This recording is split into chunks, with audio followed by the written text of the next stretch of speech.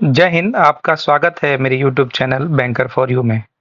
Friend, इस video का topic है ratio analysis and interpretation of financial statement.